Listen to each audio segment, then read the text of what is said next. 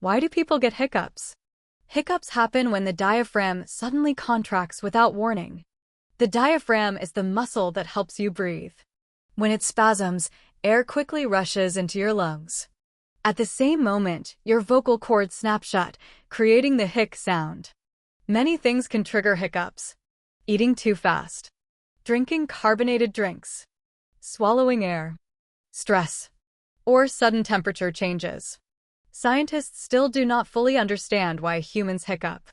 Some researchers think hiccups may be an old evolutionary reflex left over from ancient ancestors. Most hiccups disappear on their own after a few minutes. But your body is basically experiencing tiny, uncontrollable breathing spasms until they stop.